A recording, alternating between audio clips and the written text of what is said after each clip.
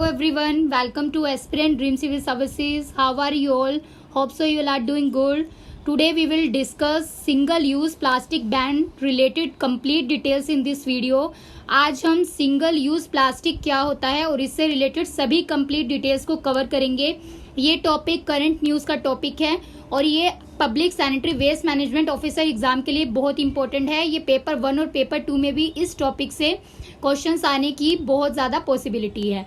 तो आज हम इससे रिलेटेड सारी डिटेल्स पढ़ेंगे और साथ में सेंट्रल पोल्यूशन कंट्रोल बोर्ड और स्टेट पोल्यूशन कंट्रोल बोर्ड और सेंट्रल गवर्नमेंट का क्या रोल इसमें है और पब्लिक जो रूल है इससे रिलेटेड जो प्लास्टिक वेस्ट मैनेजमेंट रूल आया था 2021 उससे रिलेटेड भी क्या क्या गाइडलाइंस है, ये सब कुछ हम इस वीडियो में डिस्कस करेंगे in Hindi and English language. For starting this video, if you are new in this channel, अगर आप इस चैनल पर न्यू हैं तो सबसे पहले चैनल को सब्सक्राइब कर लीजिए बिकॉज यहाँ पर आपको एक कंप्लीट गाइडेंस और कैसे आपको एग्जाम को क्रैक करना है with the good preparation level, तो वो सब हम यहाँ पर आपको प्रोवाइड करते हैं।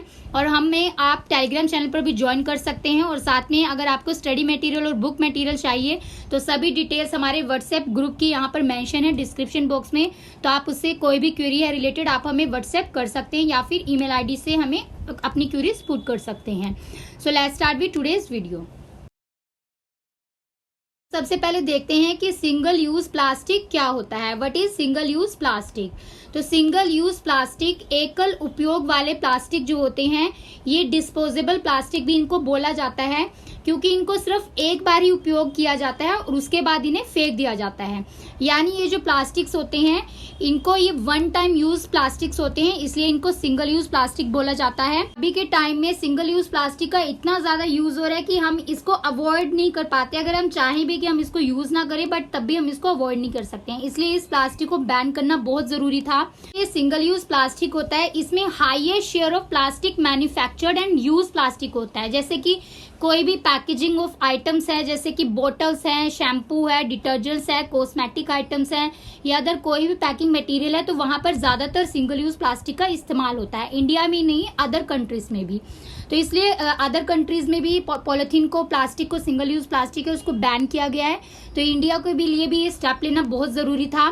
तो इसमें ज्यादा से ज्यादा इसका यूज होता है डेली बेसिस पे और इसकी वजह से इन्वायरमेंट पर और हेल्थ पर, एनिमल्स की, ह्यूमन की, हर किसी की हेल्थ पर बहुत ज्यादा हार्मफुल इफेक्ट्स होते हैं। इस वजह से सिंगल यूज प्लास्टिक को बैन करना बहुत जरूरी था। अब आपके एग्जाम से रिलेटेड कुछ इंपॉर्टेंट फैक्ट्स देख लेते हैं कि जो सिंगल यूज प्लास्टिक से रिलेटेड है, जो आपके एग्जाम में आ सकते हैं। 2021 में एक रिपोर्ट आई थी by the Australian philanthropic organisation है जिसका नाम है मिनरो फाउंडेशन। तो इसने कहा था कि जो सिंगल यूज प्लास्टिक है it is accounted for the third of all plastic produce globally, यानी दुनिया भर में जो उत्पादित सभी प्लास्टिक है उसका 1/3 एकल उपयोग प्लास्टिक का इस्तेमाल किया जाता है, जिसमें से जो 98% मैन्युफैक्चर्ड है वो कहाँ से किया जाता है? फॉसिल फ्यूल से। तो 98% जो है वो जीवाश्म ईंधन से निर्मित किया गया ये सिंगल यूज प्लास्टिक है। देख लेते हैं जो सिंगल यूज प्लास्टिक है इसमें ज्यादातर जो प्लास्टिक को डिस्कार्ड कर देते हैं, फेंक देते हैं, वो कितना अमाउंट में फेंका जाता है, डिस्कार्ड किया जाता है पूरे वर्ल्ड लेवल पे? तो अराउंड 130 मिलियन मीट्रिक टन्स जो प्लास्टिक है वो globally as per the 2019 reports इतना प्लास्टिक को डिस्कार्ड किया गया है। ऐसे डिस्कार्ड किया गया है या तो उसको जलाया गया है या फिर उसको लैंडफिल के थ्रू बरी कर दिया गया है, दबा दिया गया है, या फिर इसको डायरेक्टली डिस्कार्ड कर दिया गया है इन्वायरमेंट के अंदर, जैसे कि सीज या फिर वाटर बॉडीज जो है वर्ल्ड लेवल के अंदर, तो उनके अंदर इसको डिस्कार्ड कर दिया जाता है, जिसकी वजह से जो मैरीन लाइफ है वो ज्यादा खतरा बढ़ गया है। इसलिए सिंगल यूज प्लास्टिक को बैन करना बहुत जरूरी है। अदर इम्पोर्टेंट फैक्ट है जो आपको याद रखना है वो ये है कि जो करंट जो प्रोडक्शन है सिंगल यूज प्लास्टिक का वो around 5 to 10% of green house gas emission कर सकता है 2050 तक। तो 5 से 10% जो सिंगल यूज प्लास्टिक के द्वारा जो ग्रीन हाउस गैस उत्सर्जन है वो कितना हो सकता है? 5 से 10% होता है। कब तक हो सकता है? 2050 तक। तो ये जो रिपोर्ट है इसने ये भी बताया था कि जो इंडिया है वो टॉप 100 कंट्रीज के अंदर आता है जो single use plastic waste generation के लिए रिस्पॉन्सिबल है। इसलिए इंडिया की जो रैंक है वो 94th रैंक है प्लास्टिक वेस्ट जनरेशन में। और टॉप 3 कंट्रीज के नाम आपको याद रखने हैं, वो कौन कौन सी है? फर्स्ट नंबर पर सिंगापुर है, second Australia and third is Oman. तो ये तीनों फैक्ट्स इंपॉर्टेंट है आपके एग्जाम के लिए। उसके बाद जो डोमेस्टिक प्रोडक्शन है वो कितना है, 11.8 मिलियन टन्स है एनुअली। मतलब साल में जो डोमेस्टिक प्रोडक्शन होता है वो कितना है इंडिया के अंदर, 11.8 मिलियन मीट्रिक टन्स है। और इंपोर्ट कितना करता है इंडिया सिंगल यूज प्लास्टिक का, 2.9 मिलियन टन्स। तो इंडिया को जो next generation of single use plastic waste है वो कितना है, 5.6 मिलियन टन्स मीट्रिक टन्स, जो पर कैपिटल जनरेशन का 4 kg है। तो ये फैक्ट बहुत इंपॉर्टेंट है, इसमें पूछ सकते हैं कि भारत में एकल उपयोग वाले प्लास्टिक कचरे का शुद्ध उत्पादन कितना होता है, तो ये होता है 5.6 मिलियन मीट्रिक टन्स, और प्रति व्यक्ति उत्पादन कितना है, 4 kg यानी 4 किलो है।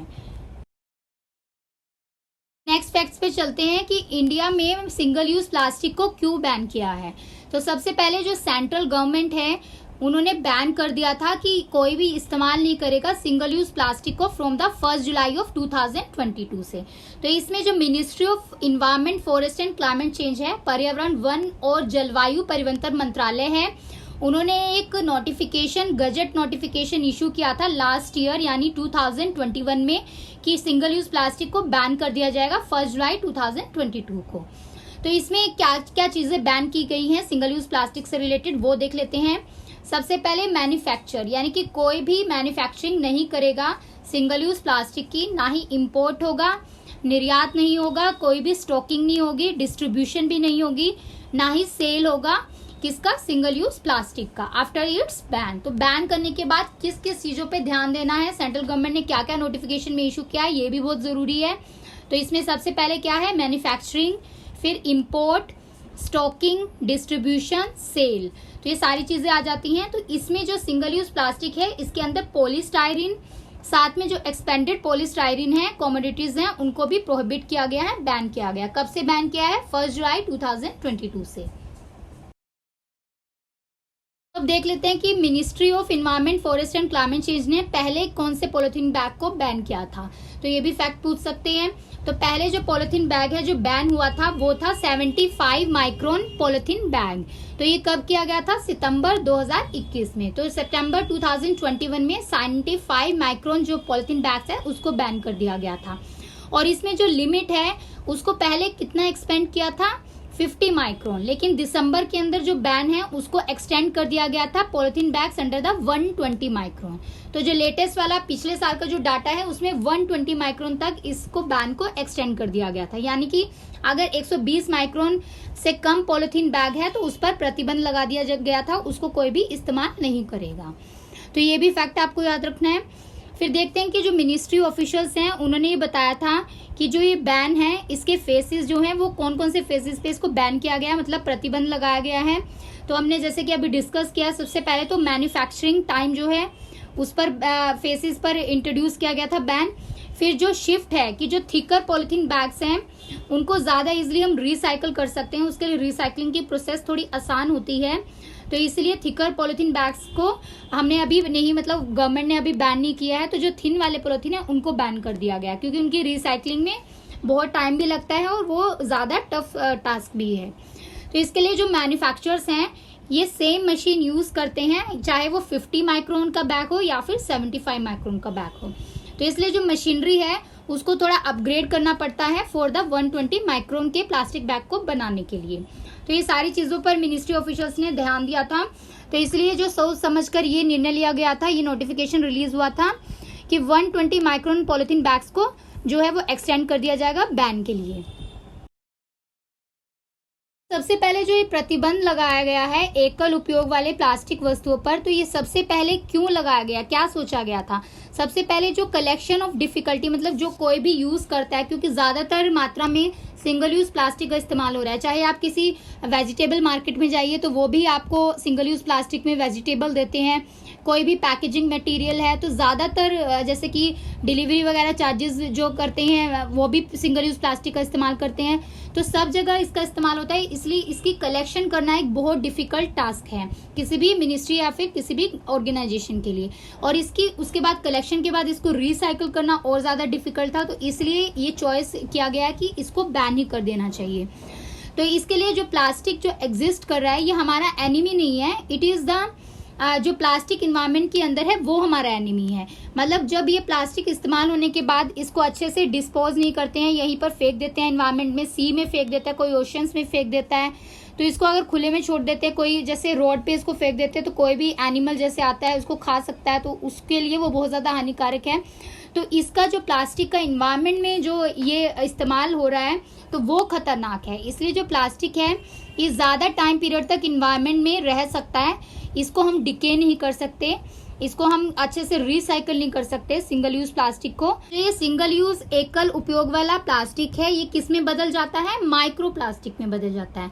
तो ये कैसे बदलता है, सबसे पहले ये क्या एंटर करता है, फूड सोर्सेज के अंदर एंटर कर जाता है। जैसे कि कोई भी अगर सिंगल यूज प्लास्टिक में फूड को पैक करते हैं तो वो फूड खाने के लिए बहुत ज़्यादा हानिकारक है आपकी हेल्थ के लिए, तो उसको आपको नहीं खाना चाहिए, बिकॉज ये प्लास्टिक के जो केमिकल्स हैं आपके फूड आइटम्स के अंदर एंटर कर जाते हैं और फिर उसके बाद ये ह्यूमन बॉडी के अंदर चले जाते हैं और वहां पर ये मतलब ज़्यादा हार्मफुल इफेक्ट और साथ में डिजीजेस भी कॉज करते हैं जो कार्सिनोजेनिक डिजीजेस होती हैं। तो इसलिए ये सिंगल यूज प्लास्टिक का बैन करना बहुत ज़रूरी है। कौन कौन सी चीज़ें हैं जो इन्वायरमेंट में डायरेक्टली डिस्कार्ड कर दी जाती है, जैसे कि आइसक्रीम स्टिक्स है, तो हम कहीं भी आइसक्रीम खाते हैं जो उसकी स्टिक्स होती हैं वो प्लास्टिक वाले, हम उसको ऐसे ही डिस्कार्ड कर देते हैं, प्रॉपरली उसको हम रिसाइकल नहीं करते हैं। तो ये ज़्यादा डिफिकल्ट हो जाता है कि छोटी छोटी चीज़ों को कलेक्ट करना और उसके बाद उसको रिसाइकल करना, it is a very difficult task. तो इसीलिए इन सब आइटम्स को हम जो है बैन करना बहुत ज़रूरी है एज कम्पेयर टू जो लार्जर आइटम्स है प्लास्टिक की। देख लेते हैं, आपके एग्जाम के लिए जरूरी है, पूछ सकते हैं कि कौन कौन सी आइटम्स को सेंट्रल गवर्नमेंट ने बैन किया है। तो सबसे पहले जो आइटम्स हैं जिसमें सेंट्रल पोल्यूशन कंट्रोल बोर्ड जो है, केंद्रीय प्रदूषण नियंत्रण बोर्ड है, उनका क्या रोल है। तो उन्होंने अनाउंस किया है कि जो बैन है इन आइटम्स पे लगाया जाएगा, इनको रोक लगा दी जाएगी, इसको कोई इस्तेमाल नहीं कर सकता। जैसे कि ईयरबड्स होते हैं जो प्लास्टिक वाले, बैलून स्टिक्स हो गए, कैंडीज हो गई, आइसक्रीम स्टिक्स हो गई, कटलरी आइटम्स हो गई जैसे कि प्लेट्स, कप्स और ग्लासेस हो गए, फोर्क्स हो गए, स्पून, नाइफ, ट्रे। तो ये कोई भी आइटम आपसे पूछ लेंगे तो इसमें पूछ सकते हैं कि इसमें से कौन सी आइटम जो है सिंगल यूज प्लास्टिक की बैन कर दी गई है। तो ये सारी चीजें आपको याद रखनी है। और साथ में जो पीवीसी बैनर्स हैं जो 100 माइक्रोन्स के अंदर मेजर किए गए हैं और जो पॉलीस्टाइरीन डेकोरेशन आइटम्स में इस्तेमाल किया जाता है तो वो भी इसके अंदर बैन कर दिया गया है। तो इसमें बैन जो लगाया है इसमें सेंट्रल पोल्यूशन कंट्रोल बोर्ड और स्टेट पोल्यूशन कंट्रोल बोर्ड का रोल बहुत इंपॉर्टेंट है आपके एग्जाम के लिए। तो इस बैन को मॉनिटर कौन करता है, central pollution control board from the centre side. तो इसमें जो स्टेट पोल्यूशन कंट्रोल बोर्ड है वो मिलकर सेंटर के साथ ये रिपोर्ट पर वर्क करते हैं रेगुलरली, और साथ में जो डायरेक्शंस हैं ये इशू की गई हैं पूरे नेशनल और स्टेट और लोकल लेवल पर। तो इसके लिए दोनों ऑर्गेनाइजेशन मिलकर काम करती हैं। जैसे कि जो सभी पेट्रोकेमिकल इंडस्ट्रीज हैं स्टेट्स के अंदर, उसके लिए स्टेट पोल्यूशन कंट्रोल बोर्ड ये मॉनिटर करता है रोल। और जो भी रॉ मटेरियल है इंडस्ट्रीज में जिसकी सप्लाई होती है जो सिंगल यूज प्लास्टिक से रिलेटेड है और उसमें अगर कोई भी चीजें इन्वॉल्व हैं तो इन सब के लिए जो बैंड आइटम्स है उसके लिए कौन डायरेक्शंस देता है, स्टेट पोल्यूशन कंट्रोल बोर्ड। और जो सेंट्रल लेवल ऑर्गेनाइजेशन है ये बैन के लिए नोटिफिकेशन रिलीज करती है और सभी स्टेट पोल्यूशन कंट्रोल बोर्ड जो है सभी स्टेट्स और इंडस्ट्रीज में इसको इशू करते हैं और साथ में इसको एनफोर्स भी किया जाता है। तो इसके लिए जो डायरेक्शंस हैं ये स्टेट पोल्यूशन कंट्रोल बोर्ड और साथ में जो पोल्यूशन कंट्रोल कमेटी है यानी जो प्रदूषण नियंत्रण समितियां हैं उनका भी बहुत बड़ा रोल है इसमें। उनका क्या रोल है, जो कमेटीज हैं वो जो भी एयर पोल्यूशन और वाटर इन्वायरमेंट एक्ट्स हैं उसके अकॉर्डिंगली इंडस्ट्रीज जो एंगेज्ड हैं in the single use plastic items को जो इस्तेमाल कर रही है, मैन्युफैक्चर कर रही हैं जो, तो उनके लिए नोटिफिकेशन और कंसेंट जो है उसको मॉडिफाई करते हैं as per the rule given by the central government. और जो लोकल अथॉरिटीज हैं यानी जो स्थानीय अधिकारी हैं तो वो भी क्या करते हैं, वो भी डायरेक्शंस इशू करते हैं for the fresh commercial licences कि इससे रिलेटेड आपको लाइसेंस लेना पड़ेगा अगर आप कोई भी कमर्शियल एक्टिविटीज में इन्वॉल्व हैं। तो इसके लिए कौन वर्क करता है, लोकल अथॉरिटीज लोकल लेवल पे वर्क करती हैं। तो इसके अंडर जो SUP आइटम्स हैं these will not be sold on their premises. तो ये सिंगल यूज प्लास्टिक वाली जो आइटम्स हैं उनको अपने प्रेमिसेस इंडस्ट्रीज के अंदर उनको सोल्ड नहीं करना है और जो भी एग्जिस्टिंग कमर्शियल लाइसेंसेज हैं उनको कैंसिल करना है जो इससे डील करते हैं if they are found to be selling these items. तो अगर कोई मौजूदा वाणिज्यिक लाइसेंस है जो इससे रिलेटेड वस्तुओं को बेचते हुए पाए गए हैं तो उनको भी रद्द कर दिया जाएगा। तो इसके लिए कौन एक्शन लेता है? लोकल लेवल अथॉरिटीज लेती हैं। तो किसी भी रूल को लागू करने के लिए, एनफोर्स करने के लिए सबसे पहले सेंट्रल गवर्नमेंट इसके लिए नोटिफिकेशन रिलीज किया है। मिनिस्ट्री इन्वॉल्व आपको याद रखनी है, ministry of environment, forest and climate change है। आफ्टर दैट उसके लिए सेंट्रल पोल्यूशन कंट्रोल बोर्ड ने क्या नोटिफिकेशन रिलीज किया है और स्टेट पोल्यूशन कंट्रोल बोर्ड का क्या रोल है और साथ में जो लोकल लेवल अथॉरिटीज है उनका क्या मेन रोल है। तो ये आपको याद रखना है। रिलेटेड जो प्रोसेसेस इन्वॉल्व है वो देख लेते हैं। सबसे पहले जो सेंट्रल पोल्यूशन कंट्रोल बोर्ड है उन्होंने इशू किया है one time certificate to around 200 manufacturers. तो 200 निर्माताओं को वन टाइम सर्टिफिकेट जारी किया गया है। तो ये वन टाइम सर्टिफिकेट क्या होता है? इसके लिए नवीनीकरण यानी इसको रिन्यूअल की जरूरत नहीं पड़ती अगर उन्हें इससे related ease of doing business में वर्क करना है as per the policy of the government. तो कोई भी गवर्नमेंट की, सरकार की नीति के अनुरूप अगर उन्हें काम करना है तो उनके लिए ये सर्टिफिकेट को नवीनीकरण यानी रिन्यू करने की जरूरत नहीं है। तो ये किसके लिए है? कंपोस्टेबल प्लास्टिक के लिए। तो इसमें एक ऑनलाइन पोर्टल डेवलप किया गया है जिसमें ये सर्टिफिकेट फैसिलिटेट किया जाएगा मैन्युफैक्चरर्स को। तो निर्माताओं के प्रमाणीकरण की सुविधा के लिए एक ऑनलाइन पोर्टल विकसित किया गया है। तो इसमें जो MSME है यानी जो माइक्रो स्मॉल मीडियम एंटरप्राइजेज हैं तो उनको सपोर्ट मिलेगी, उनको समर्थन दिया गया है। और साथ में जो सेंट्रल पोल्यूशन कंट्रोल बोर्ड के साथ जो एसोसिएशन में CIPT जो वर्क कर रही है ऑर्गेनाइजेशन या कोई भी वर्कशॉप ऑर्गेनाइज करती हैं MSME इंडस्ट्रीज के लिए कंट्री के अंदर, तो उनके लिए भी यहाँ पर बहुत ज्यादा सपोर्ट और हेल्प दिया गया है इस ऑनलाइन पोर्टल के थ्रू। तो ये बहुत हेल्पफुल है इसके लिए। तो इसके अंदर जो वर्कशॉप्स हैं ये इसके लिए ऑलरेडी 3 वर्कशॉप हेल्ड हो चुकी हैं। एक रांची में हुई थी, दूसरी गुवाहाटी में और थर्ड नंबर जो है वो मदुरई में हुई थी। तो इन तीनों सिटीज में ये वर्कशॉप ऑर्गेनाइज की गई है। एक ऐप भी लॉन्च की गई है फॉर द सिटीजन पार्टिसिपेशन। अगर कोई भी नागरिक इसमें भागीदारी बनना चाहता है तो उनके लिए एक SUP single use plastic public grievance app बनाई गई है। तो इस ऐप के थ्रू जो honourable minister of environment, forest and climate change है श्री भूपेंद्र यादव, उन्होंने इसको लॉन्च किया गया है। तो ये ऐप में क्या होगा, इसमें जियो टैगिंग के फीचर्स हैं विद द फैसिलिटी कि कोई भी अगर कंप्लेन है related with the single use plastic तो उसको कंप्लेन को ट्रैक कर दिया जाएगा इस ऐप के थ्रू। तो ये ऐप जो है it is a very good idea to work for the single use plastic. तो इसके लिए कोई भी अगर शिकायत है उसको ट्रैक करने की सुविधा दी गई है, जियो टैगिंग सुविधा है इसके अंदर। और साथ में जो SUP कंप्लायंस मॉनिटरिंग पोर्टल है यानी इसकी सुविधा के लिए जो पोर्टल बनाया गया है उस पोर्टल में जो मॉनिटरिंग है for the single use plastic वो कर सकते हैं। और इसमें जो भी रिपोर्ट्स रहेंगी स्टेट गवर्नमेंट की या यूनियन टेरिटरीज अथॉरिटीज की इन कंप्लायंस विद द जो direction central pollution control board उनको देता है फॉर द स्टेट और यूनियन टेरिटरीज को, तो वो सब भी इसमें इन्वॉल्व है SUP कंप्लायंस मॉनिटरिंग पोर्टल के अंदर। तो इस पोर्टल का नाम भी आपको याद रखना है। इस पोर्टल के रिलेटेड भी आपसे क्वेश्चन पूछ सकते हैं। उसके बाद जो सेंट्रल पोल्यूशन कंट्रोल बोर्ड है वो क्या करती है, वो सिंगल यूज प्लास्टिक बैन से रिलेटेड नोटिफाई करती हैं आइटम्स जो हैं उनको। और साथ में जो एक्टिव कोलैबोरेशन है, जो भी की स्टॉक होल्डर्स इसके साथ जुड़े हुए हैं सिंगल यूज प्लास्टिक के, वो कैसे अपने गोल्स को, एम्बिशियस गोल्स को, अपने जो उनके मतलब लक्ष्य है उनको कैसे वो अचीव कर सकें। और साथ में जो SUP प्लास्टिक है इंडिया के ग्रीन फ्यूचर के लिए वो कितना ज्यादा जरूरी है इसको फेज आउट करना, इसको बैन करना। तो इससे रिलेटेड भी यहाँ पर time to time notification release किया जाता है। तो CPC में भारत के हरित भविष्य के लिए SUP प्लास्टिक को चरणबद्ध करने के तरीके को समाप्त करने के लिए ये पोर्टल बनाया गया है। इस पोर्टल से रिलेटेड सारी डिटेल्स आपको याद रखनी है। अदर कंट्रीज से रिलेटेड सिंगल यूज प्लास्टिक से रिलेटेड क्या डिटेल्स है, अन्य देशों का क्या विवरण है वो देख लेते हैं।